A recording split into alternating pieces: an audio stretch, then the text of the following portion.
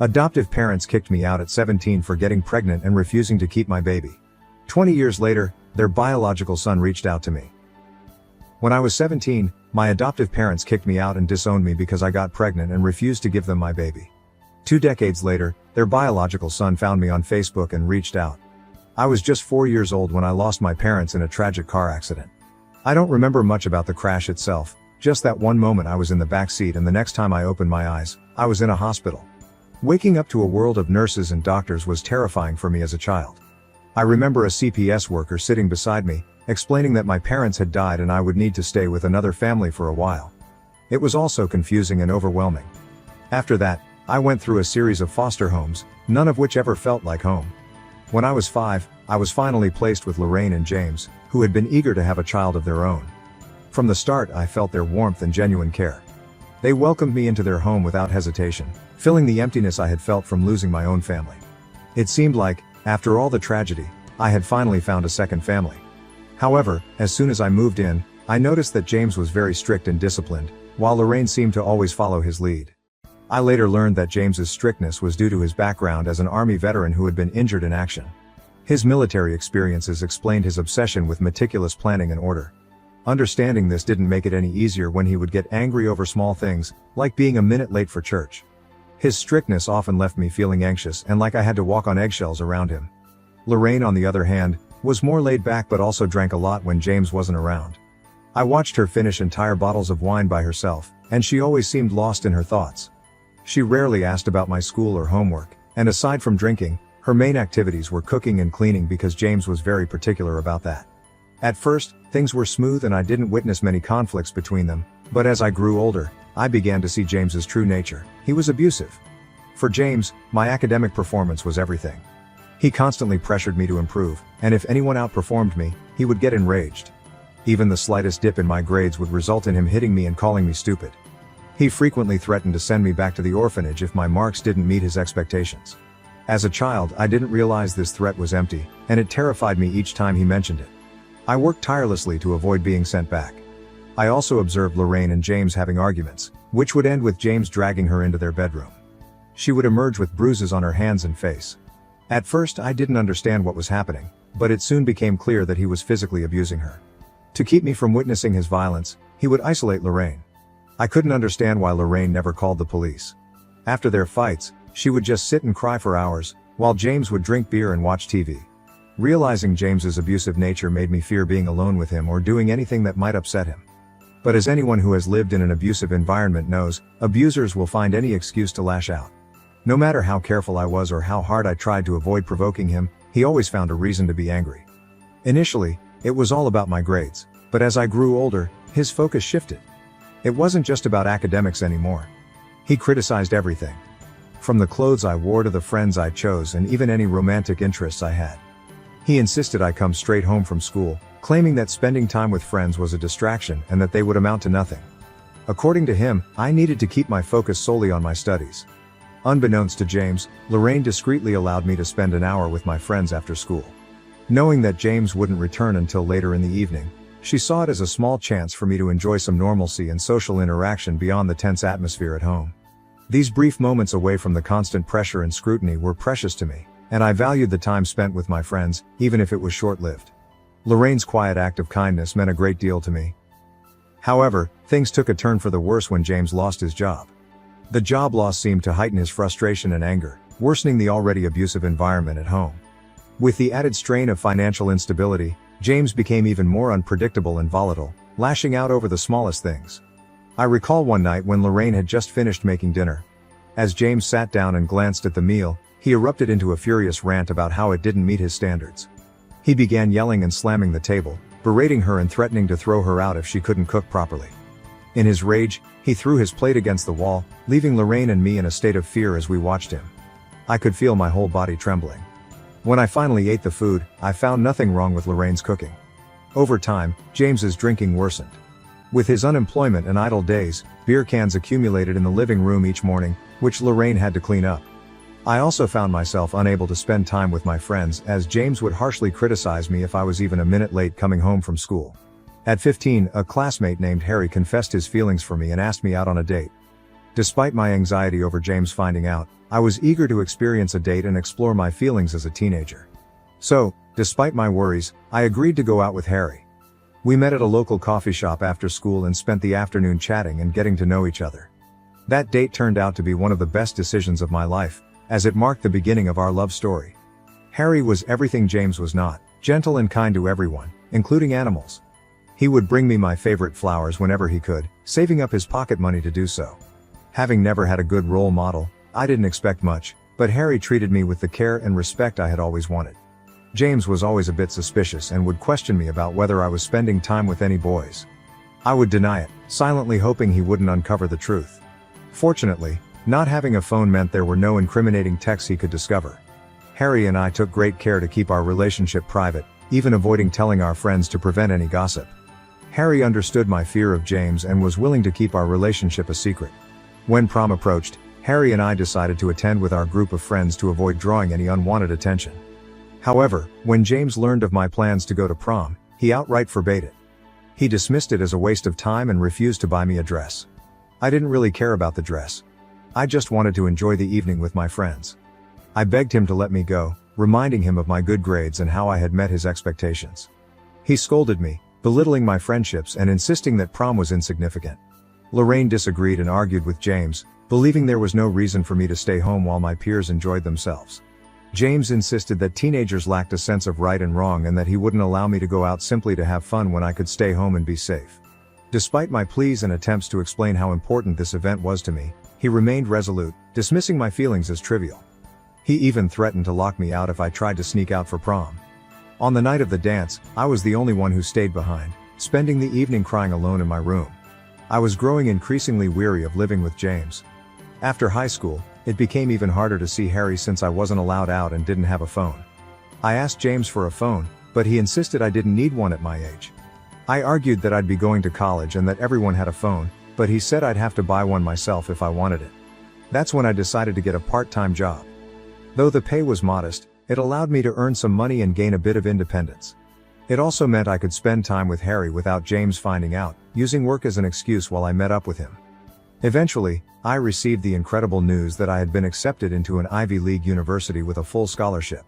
This was a significant accomplishment, as no one from my town had ever achieved it before. James took it upon himself to brag about my success to anyone who would listen, proclaiming how proud he was of me. Despite his constant boasting, he never actually congratulated me personally, instead acting as though my achievement was a reflection of his own success. After receiving my college acceptance, I felt an enormous sense of relief. At last, James had nothing to complain about, as I had fulfilled his greatest dream by securing a spot in a prestigious college with a scholarship. With my job and academic success, he couldn't label me as lazy anymore. His newfound satisfaction led him to agree to buy me a phone and allowed me to use the money I earned from work for college expenses. He even permitted me to hang out with my friends after work. For the first time, I felt like I could enjoy life a bit, just like everyone else. Harry and I knew we'd be separated when we went to college, but we promised to meet up whenever we could. Our intimacy was careful and limited, with both of us taking precautions. A couple of weeks later, I began experiencing unusual symptoms that resembled those of my period, but without actually having it. Being perceptive, I sensed something was wrong with my body, and I found myself craving food at odd hours. Panicking, I told Harry that I needed to take a pregnancy test, and he agreed. I took 3 tests, all of which came back positive. The shock was overwhelming, and I collapsed on the floor, crying uncontrollably. It felt like I was living through one of my worst nightmares. Harry tried to comfort me, but I was trembling with fear. I knew that if James discovered I was pregnant, especially right before college, he would react with unimaginable anger. Harry reassured me that the decision was entirely mine and that he would support me no matter what. He suggested talking to his parents first and then approaching James together to prevent any violent reactions. Given my difficult home situation, Harry was genuinely concerned for my safety. His parents were incredibly understanding. His mother embraced me and comforted me, saying that such things happen to many people and not to worry too much. They agreed to come to my place to help break the news to James. When Lorraine and James were informed of the pregnancy, they were utterly shocked. Lorraine asked me twice if I was certain, and I confirmed with the results from multiple tests. James, however, erupted in anger, accusing me of being a product of his reluctance to adopt children from strangers, citing their unpredictable nature. He hurled a barrage of insults at me, claiming I had ruined my life. Harry's parents tried to calm James down, but he directed his fury at them, blaming them for the situation and appearing ready to physically confront Harry, who sat quietly in the corner. Overcome with emotion, I started crying and told James that I wasn't planning to keep the baby, so he had nothing to worry about. I assured him that everything could return to normal, and I would still go to college as planned. At that point, Lorraine asked to speak with James privately. They left the room while I sat there, crying and anxiously fidgeting. Harry's parents looked at me with sympathy. When Lorraine and James returned, Lorraine's words struck me like a tidal wave. She proposed that we didn't necessarily have to give up the baby, suggesting that I could carry the pregnancy to term and then transfer my parental rights to them. I sat there in stunned silence as Lorraine stressed that the child was a gift from God and urged us not to consider other options. James supported Lorraine's view, suggesting that this arrangement would be ideal, especially since Lorraine was already pregnant herself. His words left me completely bewildered, and I struggled to grasp what he was proposing. James revealed that Lorraine had only recently discovered her pregnancy and had kept it private while processing the news. With my own pregnancy, they now saw an opportunity to raise both children together as siblings. The shock of their suggestion left me speechless, grappling with the gravity of their proposal and the unexpected turn of events. Harry's parents were equally stunned and quickly expressed their disapproval. However, James interrupted, asserting that the decision was not theirs to make, and looked at me expectantly, waiting for my response. Overwhelmed with anxiety, I knew deep down that I couldn't agree to Lorraine and James's proposal. The idea of giving up my child to be raised in an environment reminiscent of my own troubled upbringing was unbearable. Although Lorraine had shown herself to be a caring mother in many ways, I couldn't ignore the fact that she couldn't shield herself from James's behavior, let alone ensure my child's safety. The thought of subjecting my unborn child to the same uncertainty and potential danger was unacceptable. While I cherished the thought of becoming a mother one day, I knew the timing and circumstances were far from ideal. I couldn't bring a child into the world under these conditions, knowing I couldn't guarantee their safety and well-being. I firmly told James that, although I was glad to be gaining a sibling soon, I couldn't proceed with the pregnancy. I was neither mentally nor physically strong enough to handle it. The idea of watching my child grow up with Lorraine and James, while pretending they were just a sibling, was inconceivable. Living a lie and denying my child the truth about their parentage was something I simply couldn't endure. When I shared my decision, Lorraine broke down in tears, expressing her disappointment that I couldn't do this for her despite all the sacrifices she had made for me. James, visibly enraged, got up and began pacing the room. I tried to explain my stance, but they refused to understand. Harry's mother stepped in, supporting my choice and offering to arrange an appointment with a gynecologist to move forward with the procedure. Lorraine's crying intensified, and James started shouting, asking if I was satisfied now that I was causing her so much pain. He then demanded that I pack my things and leave the house. My shock was palpable as James declared he was fed up with me, accusing me of being ungrateful and selfish for not giving them my child. Harry's parents gently urged me to pack up quickly, clearly troubled by James's volatile behavior. I hurried upstairs to gather my important documents, photo albums, and as many clothes as I could. When I came back downstairs, James warned me to take whatever I could carry because he planned to throw out and burn the rest of my belongings the next day. I tried to speak with Lorraine, but she wouldn't even look at me. As I left, James told me I should never come back. I was bewildered and heartbroken, unable to understand what I had done to warrant such ruthless rejection.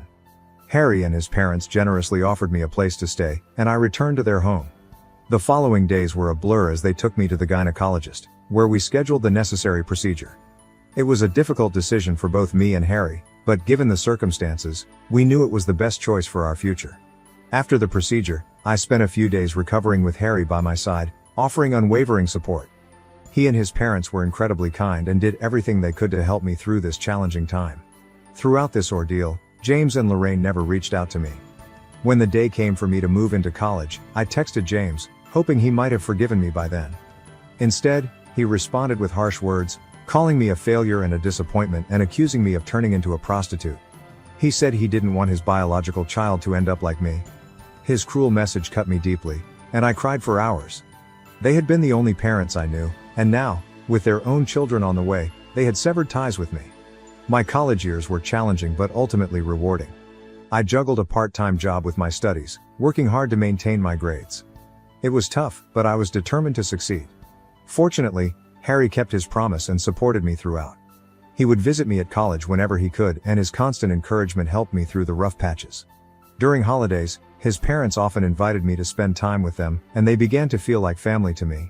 I graduated with honors, achieving the distinction of KL, and Harry and his parents were there to celebrate my graduation. I secured a good job in my field, and it was a proud moment knowing all my hard work had paid off. Harry and I eventually moved in together, and our relationship grew stronger with time. We supported each other through life's ups and downs, and after several years, we decided to get married. Our wedding was a beautiful celebration of our love and commitment, surrounded by our closest friends and family. I didn't even consider inviting James and Lorraine to the wedding. As a married couple, Harry and I have continued to build our life together.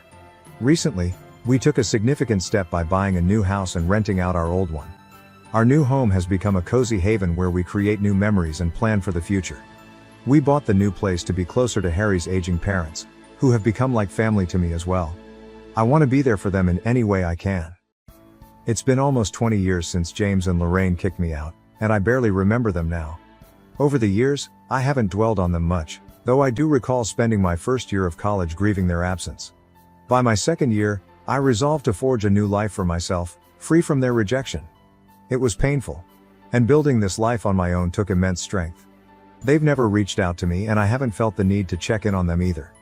Throughout these years, Harry has been my steadfast companion and partner in every sense. Although we never had children, our two beloved dogs have brought us immense joy. We visit Harry's parents every other weekend and frequently enjoy trips and discovering new restaurants together. Looking back, I feel that my life has turned out well, and I wish I could embrace my 17-year-old self and reassure her about her future. Recently, I received a friend request on Facebook from someone named Matt with a surname that seemed familiar. When I checked his profile, I was taken aback by how much he resembled James. I accepted his request and he sent me a greeting. I replied, and he soon asked if I knew anyone named James and Lorraine. My heart raced as I realized he was their son. Nervous yet determined to be honest, I confirmed that I knew them since they had adopted me when I was 5. Matt expressed a strong desire to talk if I was comfortable, so I agreed and gave him my number.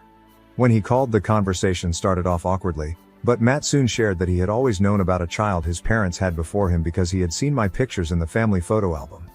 Whenever he asked about it, his parents would dodge the question. He had been searching for me for a long time, having learned my name from our hometown, and he had recently stumbled upon my profile by chance. His sole reason for reaching out was to uncover the truth. As I recounted the painful events of my past, including how his parents had asked me to give up my child and then expelled me when I refused, I could feel the weight of the emotions. I described their absence from my life over the years and how I had managed to cope thanks to the support of my husband's parents. The conversation was emotionally charged, and I revealed long-buried feelings. Matt's voice conveyed shock and disbelief as he absorbed my account. After a period of silence, he told me he had no idea his parents had treated me so cruelly. He had always believed their story that I had left on my own accord. He thanked me sincerely for my honesty and apologized on behalf of his parents, expressing regret for the pain they had caused me. Since our conversation, I've felt grateful for Matt's effort to reach out and his understanding, which has brought me some comfort and validation. However, I worry about how James and Lorraine will react when they learn that I've shared the truth with Matt. Did I make the right choice in revealing everything, or would it have been better to keep silent? Update 1. I wanted to share that my initial concerns were valid. Within just 24 hours of Matt reaching out to me, Lorraine and James began bombarding me with calls and texts. Since I've kept the same number all these years, it was relatively easy for them to find me. Their messages have been filled with anger and accusations, mostly centered around why I disclosed family secrets to Matt. James's message, in particular, was harsh, insisting I should have kept quiet as I had for years and not interfered between him and his son. Overwhelmed and unsure of how to handle the situation, I've been dodging their calls and messages, uncertain of the best way to address this unexpected confrontation. Update 2. I informed Harry about the situation. He was unaware of Matt's outreach and, upon learning that I had shared our past, he felt I shouldn't have done so. His concern wasn't about the truth being wrong but rather that James was clearly unstable and that this revelation would only stir up unnecessary drama in our lives. I also spoke with Matt, who told me he confronted James and Lorraine after our discussion. They attempted to deny everything, labeling me as a liar and accusing me of using them until I could escape to college. Despite their claims, Matt didn't believe them and told them to stay away from his family. He also informed them he would be cutting them off financially. Matt revealed that he and his wife had recently adopted twins, but James and Lorraine had refused to visit them, which had made Matt question their behavior. After learning about my past, Matt understood why they might have been unhappy with his adoption. He assured me he would ask them to leave us alone and extended an invitation for me to visit his twins whenever I could. He expressed a desire to get to know me better, given our sibling connection. I'm touched by his kindness and might take him up on his offer to visit his family with Harry. Update 3. It's been 7 months since my last update, and for those asking, here's what's new. I decided to block James and Lorraine from all communication channels, which has stopped their threatening messages. Matt intervened and spoke to them, so they had no choice but to back off. Harry and I have visited Matt and his wife at least 4 times over the past few months. Each visit has been warm and welcoming, and we've spent hours reconnecting, sharing stories, and bonding over our childhoods. I've also had the joy of spending time with Matt's twins, who are delightful. I'm deeply grateful that Matt reached out, and the connection with him and his family has been a source of healing and joy for me.